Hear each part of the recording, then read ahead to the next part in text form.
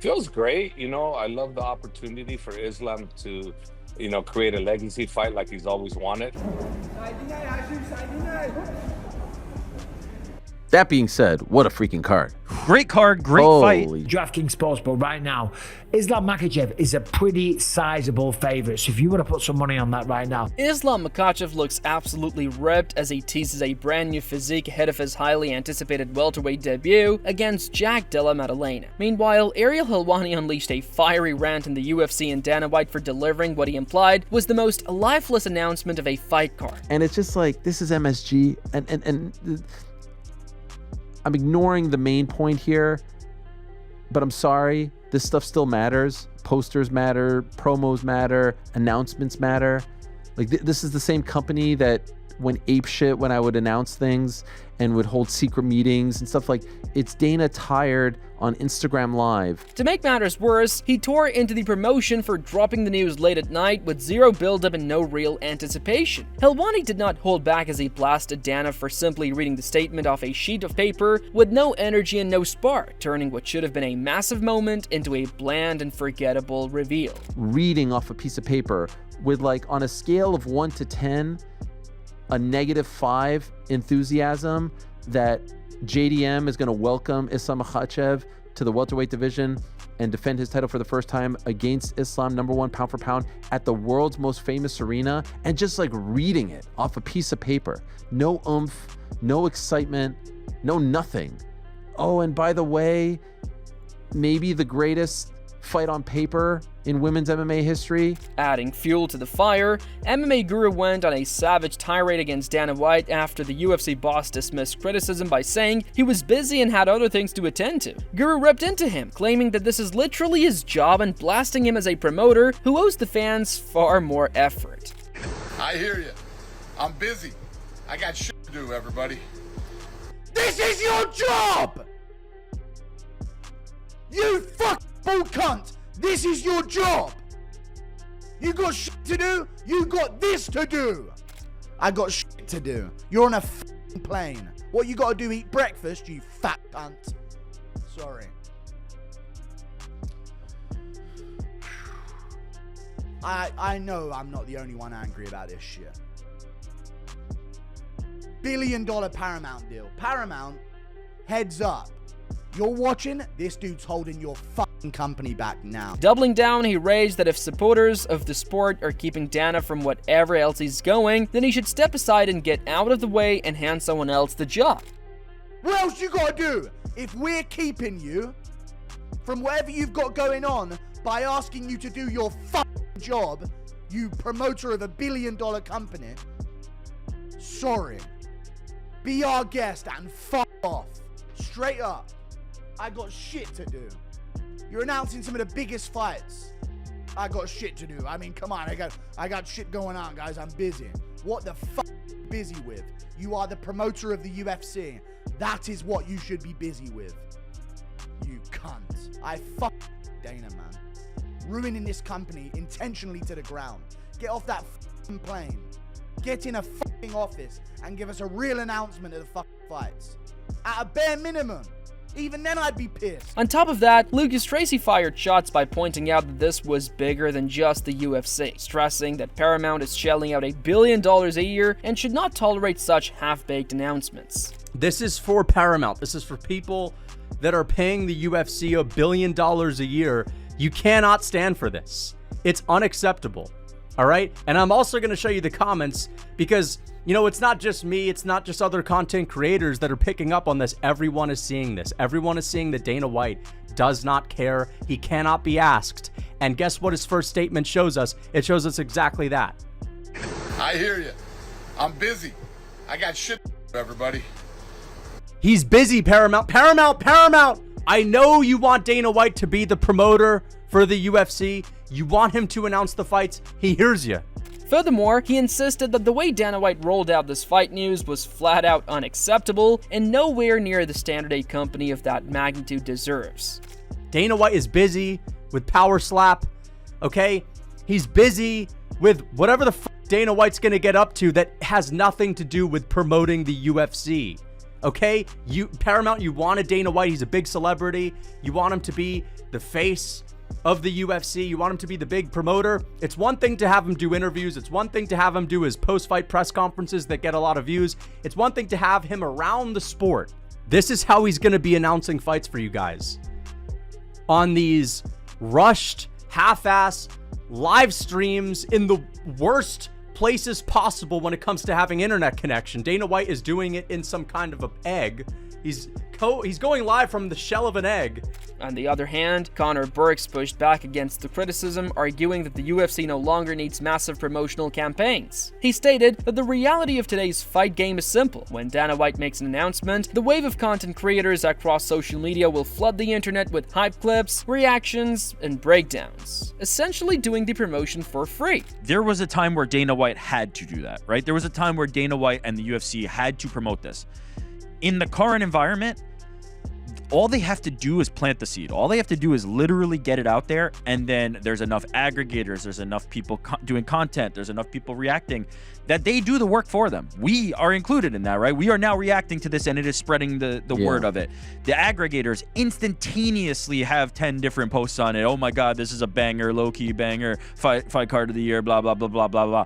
They don't have to do anything anymore. And so Dana White knows at a certain point, and the UFC knows at a certain point, all they got to do is flick the switch. Just flick the switch and say, this fight is coming, and then everybody else will do the work for them. So it's such a bummer, though, man. It sucks. Despite all the noise, Javier Mendez showed nothing but gratitude toward the UFC for finally giving Islam Makhachev the stage to create the kind of legacy fight that Makhachev had always dreamed of. Mendez explained that the opportunity has arrived, and now it is on Islam to step into the cage, deliver, and carve his name into history by chasing greatness as a welterweight champion. It feels great. I love the opportunity for Islam to, create a legacy fight like he's always wanted, like what he was waiting for to do. Now that it's come through, now it's up to him to, go out and prove that he can become, one of the greats by winning the welterweight title, in incredible fashion against an incredibly tough opponent that you can't overlook, because if we do, it will not go our way. This guy's very, very, very good everywhere, mentally, physically, technically, in good coaching, you name it. This guy has everything in his corner going for him. That's fantastic. At the same time, clips of Islam Makhachev have been tearing through social media as fans cannot stop buzzing over how massive and well-adjusted he looks for his welterweight debut. The former lightweight king appears to have bulked up into a dangerous new frame, sending shockwaves across the division and sparking speculation on how his upgraded physique will translate inside the octagon.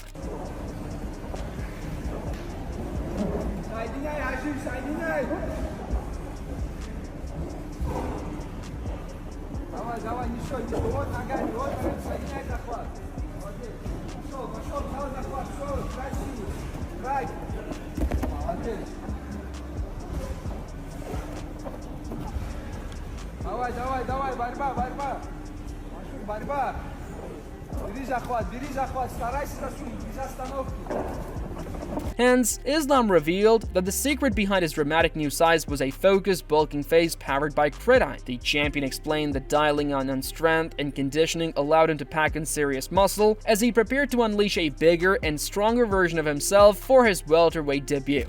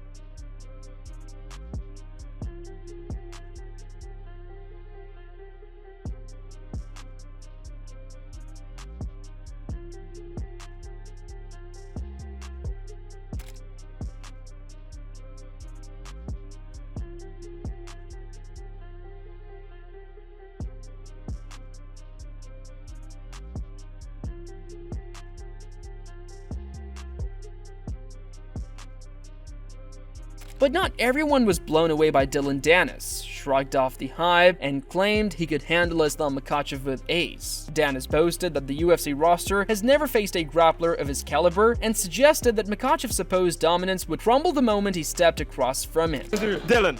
Yes. You just got to win in 6 seconds. Talk to me. 6 seconds? 6 seconds. I told you, I'm a different level. You know, I'll kill Islam, Kazma, whoever the fuck you guys are. That could have been Nate. That could have been Islam. That could have been. That literally would have happened to anybody. So I'm sorry it had to be Warren, but even Kazma, that would happen. He's never fought a grappler like me. There's not many grapplers in the world. I'm probably the only grappler in the world that could do this stuff. You actually think you can beat up Islam? I would kill Islam. I think he doesn't make it past 2 rounds. 100%. I think you're out of your mind. I bet you I submit him. How much you want to bet? If we ever fight 50K, I submit him. I bet you so much money. 50K? I submit him. I'm sorry, Islam will fuck you up. I just made a bet. Islam will fuck you up. No, this is all respect. Don't kill me. No, would you? Are you out of your mind? Despite the criticism, Ariel Helwani heaped praise on the entire fight card, declaring that it does not get any better than this. He went as far as to say that this lineup has already surpassed last year's November card, cementing it as one of the strongest events the UFC has put together. That being said, what a freaking card. Great card, great fight. Holy shit. I mean, way better than last year's card. Last year yeah. had the weird John Jones Stipe. It had, you know, Charles versus Chan. Like, this is two. I mean, you can't get any better than these two. JDM versus Islam is unbelievable. Zhang versus Valentina, holy shit. You know, I saw some people nitpicking, oh, it's not that great, or they should be main event. Wait, what's not that great? Who cares? Oh, it's not MSG worthy. Who the Hard? Or that Valentina versus Zhang should be main event, like they deserve. Who cares, man? It's incredible. You're getting two incredible title fights, and Praches Leon, which, by the way, I said it right before we left.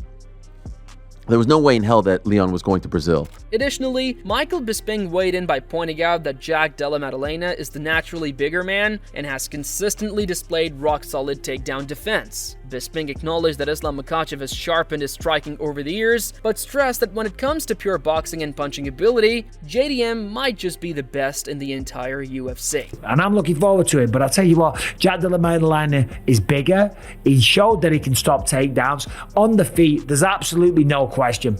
Islam has improved with his striking, that's for sure. You can't deny that. Did pretty good on the feet against Dustin Poirier at times. However, that was probably because of the threat of the takedown. But Jack Della Maddalena is on another level. He's probably got the best, cleanest boxing in the UFC. And the footwork that he gets from the boxing is so useful to avoid the takedowns and to stay off the fence.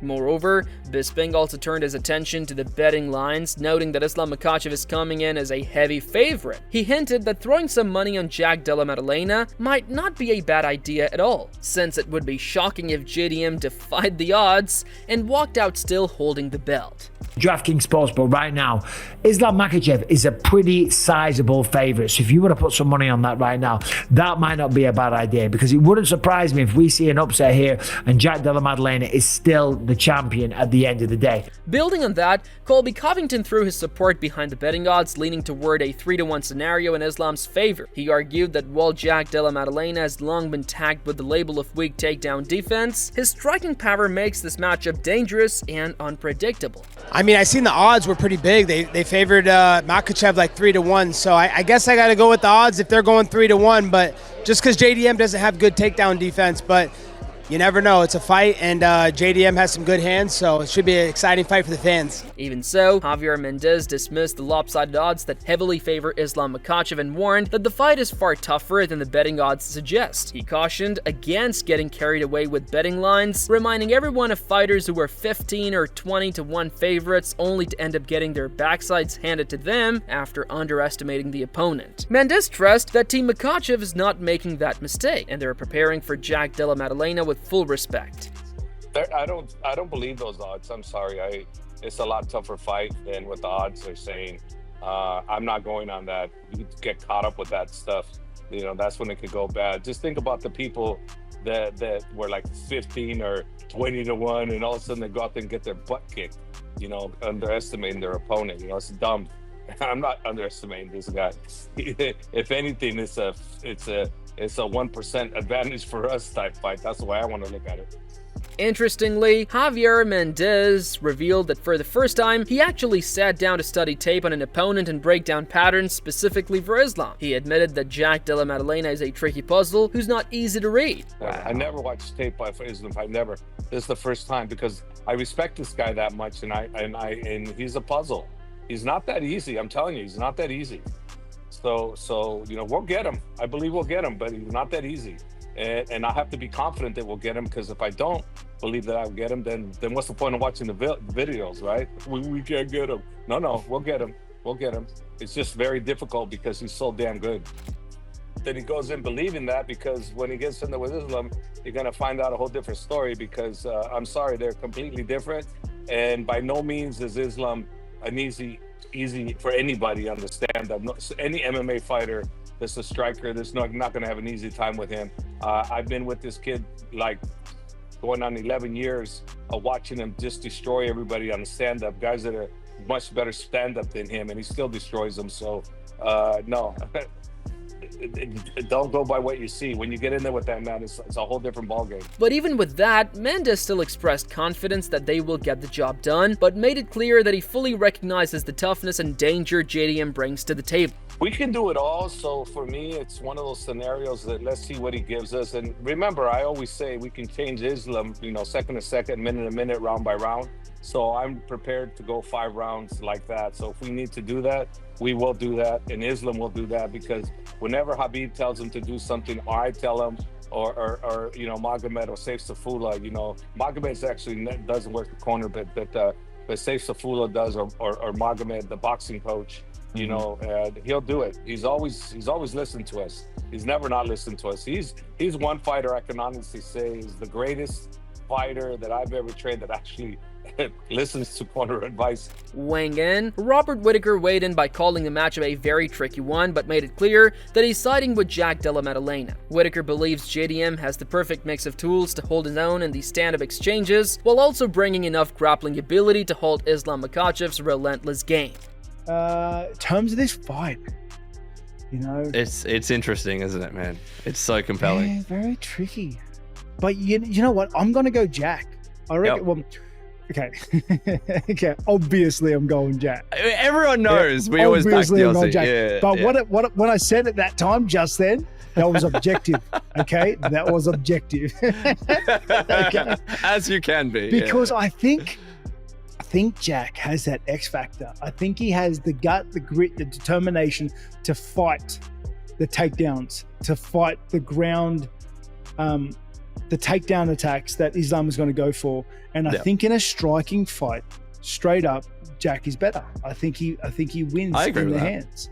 Furthermore, Robert added that fans continue to underestimate Jack Della Maddalena's grappling and his jiu-jitsu skills. He suggested that Islam will not be as reckless with the takedowns as many expect, because Jack is the kind of offensive threat off his back that can change the fight in an instant.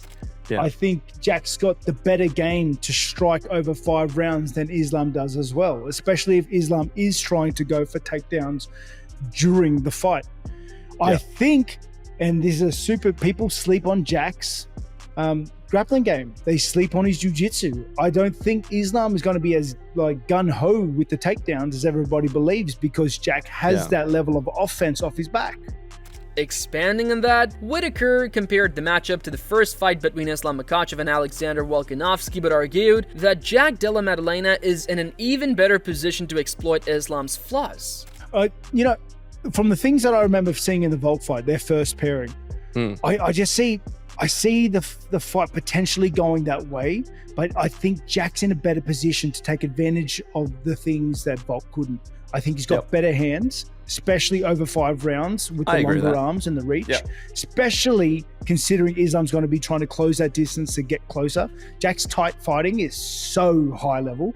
He pointed out that JDM has sharper hands, longer range, and a tighter high-level boxing game that can make a real difference over 5 pounds. With Islam constantly looking to close the distance, Whittaker believes Jack's precision striking and ability to fight effectively in close quarters could tilt the battle in his favor. Skill-wise, wise, I think they both have their strengths. I don't think either one of them is overly superior in any which way. Like, yes, Islam would be a better wrestler, but Jack has the grappling to kind of threaten that. Not to mention, I think he's got the type boxing to make him pay for anything he doesn't pull off well.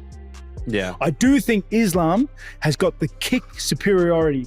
And if Jack doesn't address that, which he hasn't in a lot of his fights, the kicks, he's going to get kicked a lot, okay? Islam likes throwing kicks. He used that very well against Volk as well. I think that's going to be a game plan of Islam, is to try and wear him down with those kicks, take a takedown when they see him, but I can see him really going heavy. Now, with all this build-up, all eyes are on Fight Night. But will Islam's new power carry him to two-division glory, or will Jack Della Maddalena flip the script and shock the world? We're about to find out. Stay tuned. Let us know in the comments if you think Islam looks impressive and well-suited for the welterweight division. Let us know in the comment section below if you enjoyed the video. Also, like, share, and subscribe. Don't forget to hit the bell icon so you get notified. We'll see you in the next video with more exciting updates.